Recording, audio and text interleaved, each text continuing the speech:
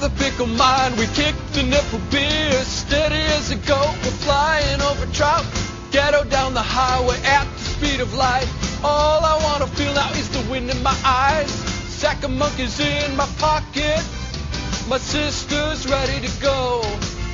Hear the engines roll now, idiot control now, hideous control now, Nitty on the road now, Mitty in control, wheels on fire, burning rubber tires. Hello and welcome to the MSTieCast. I'm your host Toby Mobius, and joining me is my cohort Joshua McLeod. Hi there, I am here. Yes, you are, but I am there. So Josh, tell me what you've been up to recently, what you've been working on. Well, I went to school, I got a degree in English, finally. I sat around my house, I did an interview with Sampo at the Mystery Science Theater Info Club. Wait, what? You didn't know that? I did an interview with Sampo from the MST3K Info Club. No, why was I not informed that you did an interview with Sampo from the MST3K Info Club? Well, you were supposed to be there, but you had a prior engagement, so I didn't feel it was important to interrupt that in order for you to do this. Would you like to hear my interview I did with Sampo? I'd love to, and I think the listeners would too. Okay, let's go right now. Roll clip.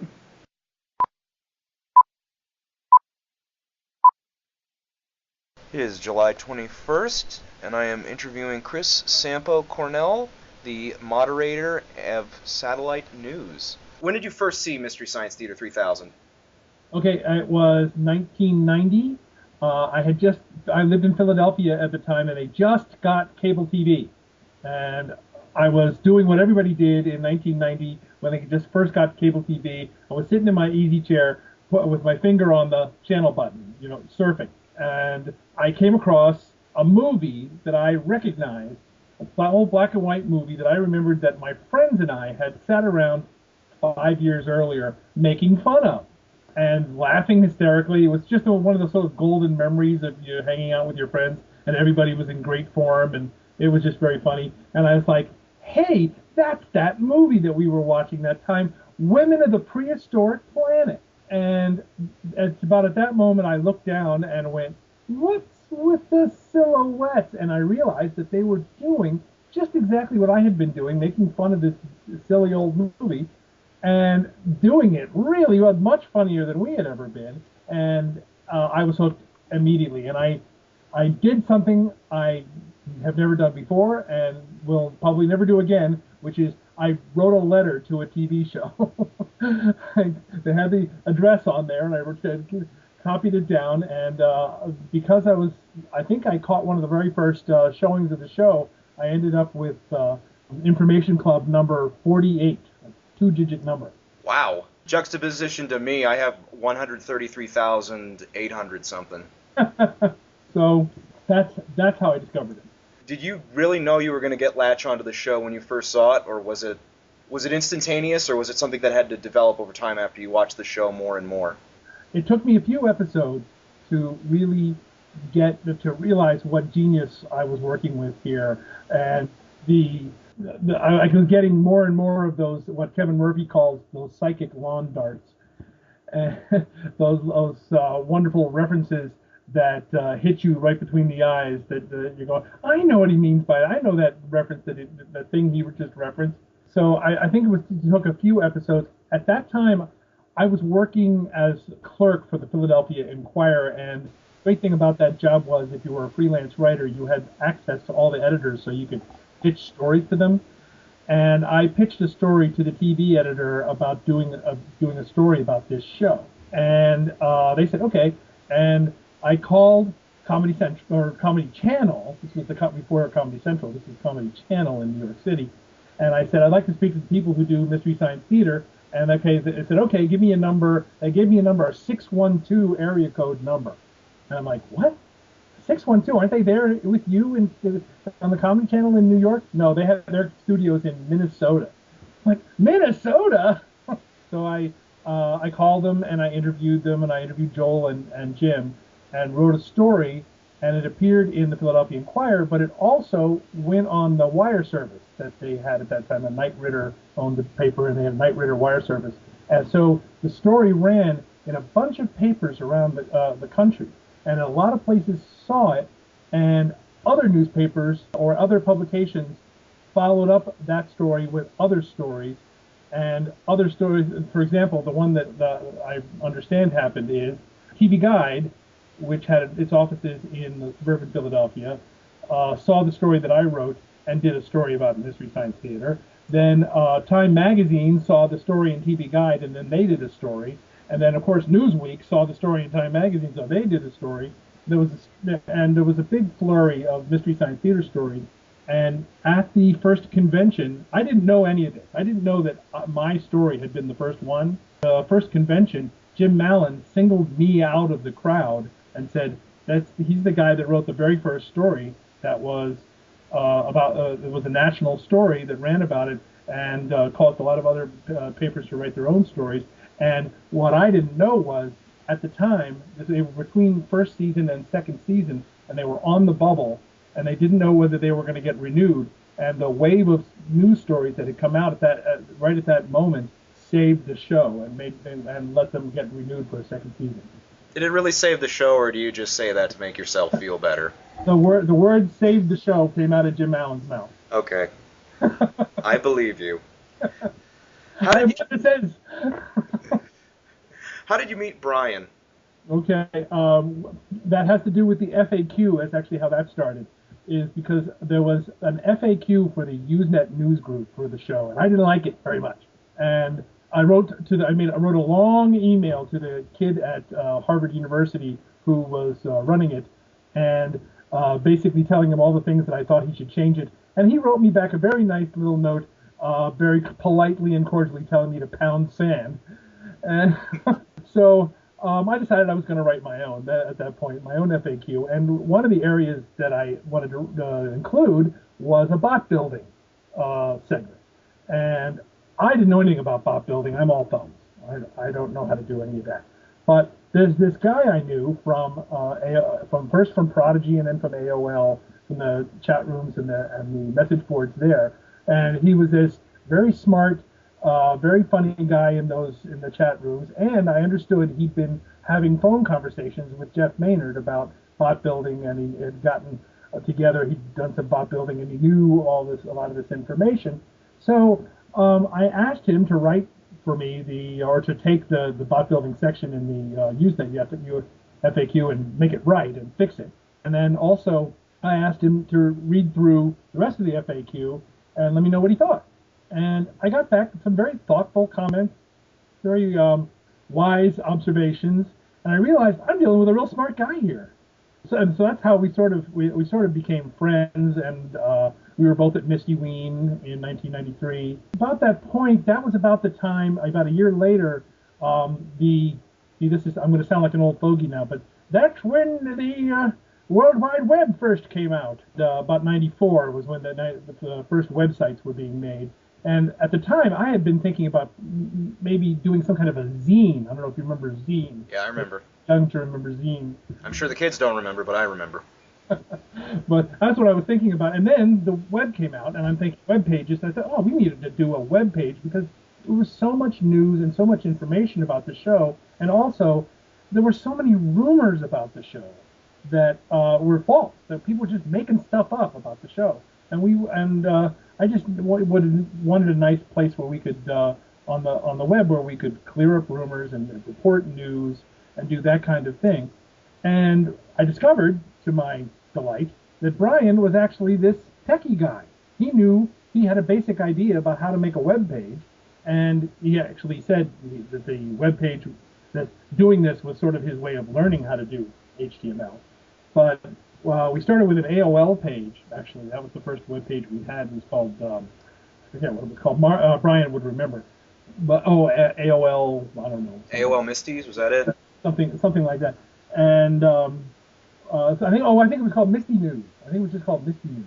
And that was how we started. And just in working with him there, I really, we really got to be friends. I began to find out that he was a very smart guy, very thoughtful guy and somebody who could was when I didn't really know what to do, I could he's a good sounding board and would give me good advice. What was the early Mystery Science community like at that time? Well, there was the news groups, and that's mostly sort of that was mostly sort of techie, nerdy college kids for the most part.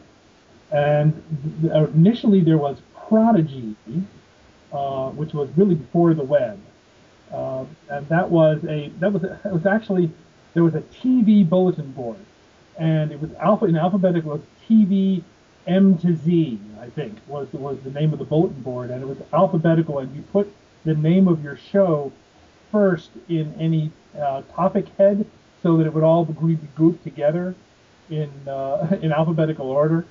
And the Mystery Science Theater community in that section really just exploded. This is when Prodigy was a flat fee per month, so you could spend hours and hours and hours on there and not have to pay a lot of money. It became at that time it was something that I don't know whether I invented this phrase or somebody else did. Now I've forgotten. It was called doing the plow, which was you would plow through all of the messages that you read, reply to those messages that you wanted to reply to, read all the way through until you got to the end of the section with Mystery Science Theater. I think the next ones were Murphy Brown, in alphabetical order. As soon as you got to the Murphy Brown post, you go back to the beginning, and everybody else was doing the same thing. They were all replying to everybody else who would reply, and you could read through all of those. You could do that for hours, and it was a lot of fun, and a lot of funny people. A few of whom I still know. And then later AOL came in, and that was an even more very vibrant message board that lasted for a real long time. And but everybody was really, really, really nice. That was the thing I enjoyed most about it, was how nice everybody was. Was this pre or post Mike Joel? Pre. I had a feeling it was pre-Mike. Before we get into Mike Joel wars, you talked a lot about these rumors, these false rumors. What were some of those rumors? Because I'm curious. Well, I can tell you one that I know of that actually was a little bit later, a year or two later. It's one that comes to mind. It's my most famous one to me, anyway, which is, and I'm sorry, I'm blanking on his name, the guy from Ain't It Cool News, Harry Knowles. That's right. Harry Knowles reported on one of his people on Ain't It Cool News once announced that the show was going to do, I think it was Batman and Robin, one of the Batman movies. I think it was Batman and Robin as an episode. And, fortunately I had the ability to call or email people at the show and say, is this right? And they went, of course not. And so I was able to contact them and tell them to stop it. But that was one I know it. But people just would make stuff up. It's going off. The show's going off the air. Whatever. People just make things up about it. I don't know if you've listened to any of the past shows where I try to defend Sandy Frank, but I think some of those rumors may have still survived to this day.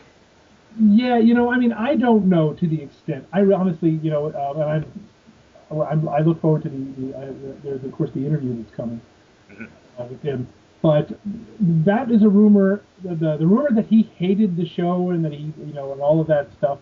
That's something that got started by a guy who was who had a connection. He was a Usenet guy, and he had a connection with somebody at the Comedy Central programming office, and that's how. And he sort of started that rumor, and he insisted it was true. And I don't know.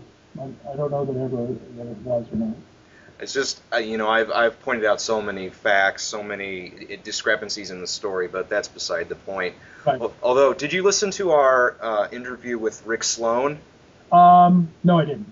Okay, because I caught you on a fact that's incorrect on your site. Oh, yeah? You credit Graydon Clark as the producer of Hobgoblins. Where, in Daddy-O? Not in Daddy-O, on the whenever his birthday comes around, you say, Graydon Clark, director of Angel's Revenge, director of Final Justice, producer of Hobgoblins. Oh, He did not produce Hobgoblins. Okay, I will get into my permanent file and fix it. So, okay.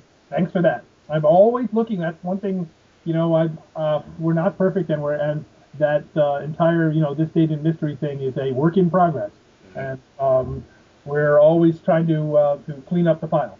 I just like being smart. Let's talk about Joel Mike Wars. Okay, it was very, very. It got very mean. I think my description in the FAQ about says it all.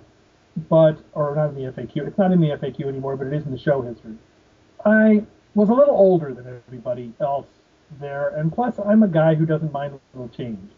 And I had gotten very comfortable with Mike, just in guest appearances. So I was, and while I take second place to no man in my admiration for Mr. Hodgson. There is the man is a G. I just had a chance about a month ago to spend about 18 hours with him during the course of an event that happened recently in Phoenixville, PA, and he's as brilliant close up as you think he is. So I wasn't, but I felt the whole thing was just kind of silly. It was sort of how I reacted to it. It upset me that people got so angry about a TV show, and it's funny. Of course that's ironic because I'm such a big fanatic about this show. So where do I get off saying people shouldn't be crazy about a show? But there's a point where when you're nixing off your friends, and people are starting to take sides in sort of a very personal way, and the personal fights. What bothered me the most was the idea that we can discuss the merits of a TV show all day long. That's fine. As long as we're being cordial to each other and having a friendly debate, I'm happy to do that. But what bothered me was when people started getting personal, when people started ending friendships, when you're so angry about something that you blurt out something that somebody told you in confidence back when they thought you were a friend, and they make this a public statement about something that you did or said or something that happened in your life or whatever. These were the kind of things that were happening, and that's what what really bothered me the most. But it passed. Ultimately, it passed. People who came around to Mike, and the Joel people who simply couldn't come around to Mike, well, they have the video and stuff like that. But I think it was a very vocal minority. I understand their feelings, honestly, I do. But the show moved on. You talked about you were running the newsletter, you were running a newsletter, but now you're running the official MST3K info site, and people, when they want information, they go to your site. How did you get into that position of power? Well, that happened when Best Brain contacted us in '97. We had the website for a while, and we had proved reliable to them. We had proved that we weren't trying to gotcha journalism kind of thing. We weren't trying to. We were on their side, basically. Well, I always described our relationship as the relationship between the Wall Street Journal and the stock exchange. We are separate entities, independent entities, but the Wall Street Journal really thinks the stock exchange is a great idea.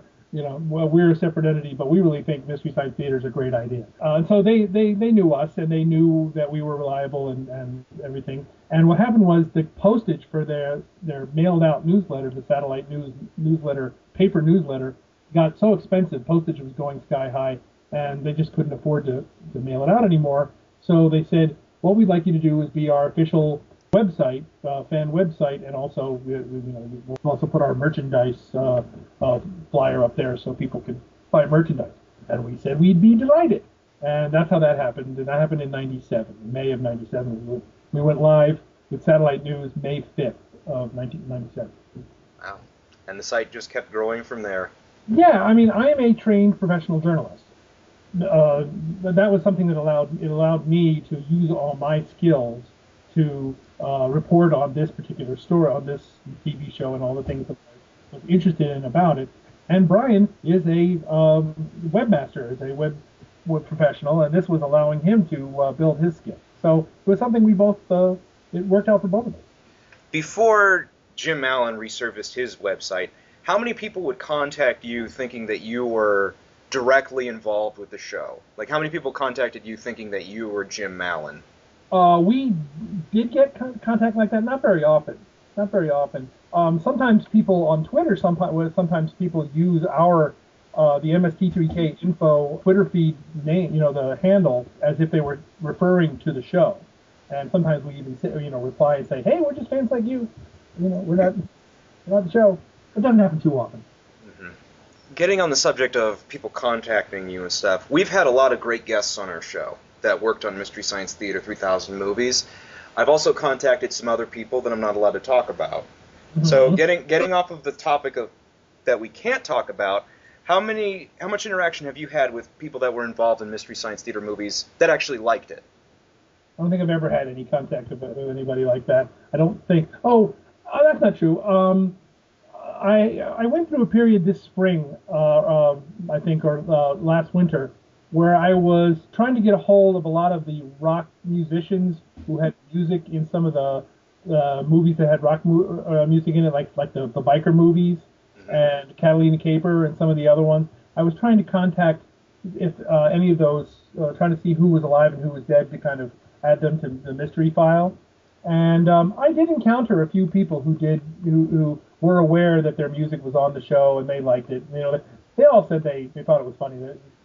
And they liked the fact that the show kind of resurrected the movie they wrote music for.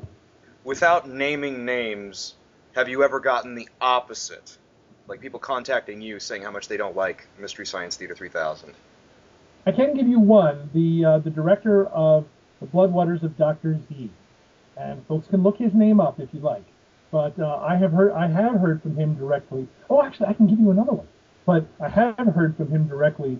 He still believes that the Sci-Fi Channel did not have the proper rights to put it on TV initially to do the show, and he also believes that Shout Factory did not have the proper clearances to put it on DVD. He firmly states that he believes that's correct.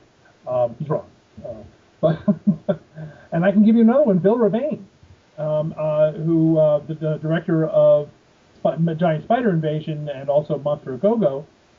He got very mad at the way they treated the woman who was with Vance, and she's rolling down the hill going, Vance! I can't think of her name at the moment, but he liked her a lot. He thought she was a real classy, sweet lady, and he felt like they were mean to her.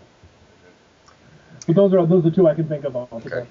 What is your relationship with Rhino / Shout Factory / Jordan Fields, if any? Jordan and I are pals. I would say that. Jordan gives me lots of good tips and gives me lots of information. He was very helpful when he was at Rhino, and he's now very helpful now that he's at Shout. And we have a cooperative agreement. They only want things to be announced at a certain point, and we're happy to wait until the time is right for them. In return, we're able to get the break information that nobody else has, and it's a good arrangement, and I'm happy to do it. I was just going to say, we are looking forward to, I know you can't say anything, we are definitely looking forward to the break information for the next box set, unless it's already been given before this goes live, in which case we're looking forward to the break information for the next box set. Indeed. What was your reaction when the shift happened from Comedy Central to Sci-Fi? I got to tell you, I was worried because, as they used to say, some characters the brain of the show and some characters are the heart of the show, and I always thought of Trace as the heart of the show in many ways. Another person I can't tell you how much I admire. When he left, I wondered if they were going to be able to catch lightning in a bottle again. Was sort of the feeling I had. And I got a preview screener about a week before the show, the first episode on Sci-Fi Channel came, and you can't imagine how excited I was to be my shaking hand popping it into the VCR to watch it. And within about 10 minutes, I just relaxed. I think the exact moment that I relaxed was when the alligator comes up and grabs the tropical bird and Bill as Crow sings, "Regrets, I've had a few." That was when I relaxed. I said, they're gonna be all right. On our last show, we talked a lot about Sci-Fi Channel and Comedy Channel and our opinions, my opinions especially, about how they interfered with the creative process that was Mystery Science Theater 3000. Yeah. Did you ever have kind of that animosity that I had towards it? Yeah. I mean, I think that everybody did as good a job as they could have, considering that they were being, pushed in that direction. And it became so weird because, of course, they were never in order. That became so weird. But a couple of those, there are a couple of moments why I would say, sort of in the ancient Rome days when they sort of had painted themselves into a couple of plot corners, but they always got out of them. And I was always pretty impressed with how they did it. And I feel like it was. I do wish that they could have just been left free to just free associate. Talk about being a part of Soul Taker. Wow, boy, was that fun! I'm pulling the right hand as you're looking at it door open and close during all the host segment. When you see the right hand side door opens, that's me. My claim to fame. It was the press, the Comedy Central people wanted, or not, I mean Sci-Fi Channel people wanted the press people there, and we found out about it, and we asked if we could be there for this thing, and they let us come and hang out. It was, I have to say, one of the best parts about the whole thing was I had to keep walking away to the far side of the studio to suppress my laughter, because as I was watching the various host segments, I just thought they were so funny. And Joel was doing such a great job. I just had to muffle myself as best I could. I'd be sitting there enjoying myself watching the thing, and then so they'd say something funny, and I'd have to quickly walk away. So otherwise there'd be this loud laughter about 10 feet away from the microphone. It was a great fun time, and we were just standing there watching them do stuff. And I think it was Jeff Maynard turned around and said, "Hey, Chris, you want to do something?" And I was like, "Sure." And so I got to pull the door. And Brian got to move a light at a certain point. So what did you steal from the show? What goods did you get? Come on. I didn't steal anything. I did write my name on the set in the back. So whoever owns that set door, if it was ever sold, you have. Yeah, it says Sampo was here. Sampo was here. At what point did you know the show wasn't coming back? I knew the day on the day that they announced it, and then everybody went home. And there was nobody answering the phone at Best Brains because they all went out for a drink.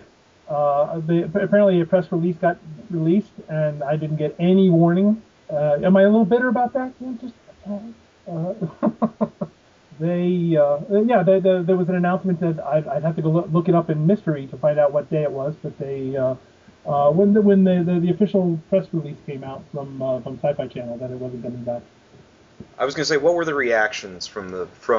How did you feel knowing it was being canceled? Well, this was the third time. Time. So immediately people were, let's get started on the Save the Show campaign. That was what everybody was initially thinking, and there was this quiet period for about 3 days where people were saying, and they were contacting me. I was getting a deluge with contacts of people saying, are we saving it? Are we saving it? What do they want us to do? And for about 3 days they wouldn't tell us. And then finally, after about 3 days, they said, no, please don't, just don't. So we did. And I had the unpleasant duty of having to tell people no. But we want to save the show. Well, no, don't. So what was the community like immediately following the cancellation of the show? So late 2000, early 2000. Downhearted, especially after. I mean, the downhearted, but there were still reruns, and so it wasn't the end of the world. And everybody knew it had been a good 10 years.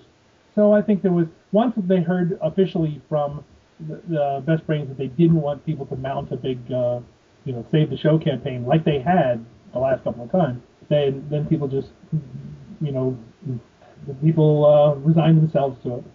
I guess as sort of a note to end on, how is it that here we are 12 years later, Mystery Science Theater is off the air, it's been off the air for 8 years, and it's been canceled for 12 years. How is it that we're still having this conversation about this show right now? Isn't that amazing? Mm-hmm. It's amazing. And, if you go on Twitter, and, if you have, like, TweetDeck or one of these where you can do a little column and just search for, have a column for MST3K, there are 300, I would say, a day tweets about Mystery Science Theater. There's also hundreds about Cinematic Titanic and about Rift Tracks, but I'm talking about this show that's been canceled for 12 years. People are talking about it, and people saying, every single day, I'm going to watch some MST3K. Isn't that wild?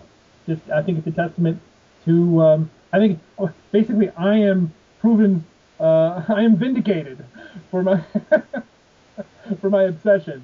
How's that? It's a good thing you got obsessed with Mystery Science Theater 3000 and not Murphy Brown. Yeah, really. It was the next one down in Prodigy. I could have been. Because that would have been an interesting thing about 20 years from now if we're going to still talk about Murphy Brown. And I've actually said this, Mystery Science Theater is timeless. I don't know if some of those other shows are. No, or is there anybody sitting around talking about Wings or something from that same period? I don't think so. Guys on a VH1 special on the 90s, but other than that. Well, I can't think of anything. Is there anything you'd like to talk about that I didn't bring up? Nothing comes immediately to mind. We're still working hard on we're always trying to improve the site. If people see things wrong in mystery or any of those things, we're always happy to correct things and make it better. And it's a labor of love that we enjoy doing every day, and we're going to keep on doing it until one or both of us keels over at our computer desk. Well, I think that's all I have to say. Thank you for doing this interview. Oh, no problem. And anyway, that was my interview with Sampo at Satellite News. What did you think, Toby?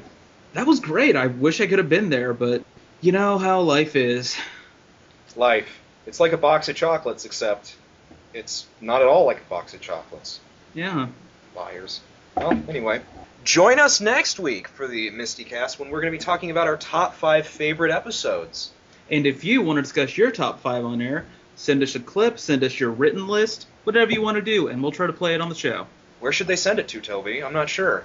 Well, you can always send it here on Tumblr or via the MSTiecast Facebook, which is at facebook.com/MSTiecast. You can send it to us on Twitter, which is at MSTiecast, MSTIEcast, or MSTiecast@yahoo.com. Are we going to have some special guests for that episode, aren't we, Toby? We sure are. I can't wait to hear it. It's going to be a great episode, I think. Mm-hmm. Of course, we're going to have to record it first before we can hear it, otherwise that's going to be really difficult. Well, see, I have the power of a future sight, so I know what it's going to be like, and it's going to be great. But do me a favor. Mm-hmm. Do not taunt any porcupines, Josh. Whatever you do. Okay. I realize how odd that sounds, but trust me, it's going to pay off. Let's see what I can do. Hey, a porcupine! Don't. You're ugly. No. He looks ugly. You have spikes. Hey, what's he doing? What? Hey, you're not. Don't know what? Whoa. Hey, where did you get a gun? Ah! And I think that's it for the MSTiecast and the life of Joshua McCloud. Well, join us next week when we resurrect Josh for Fred Fritz, who is not here, and Joshua McCloud, who is a bit dead at the moment. I'm Toby Mobius. Play us out, Neil.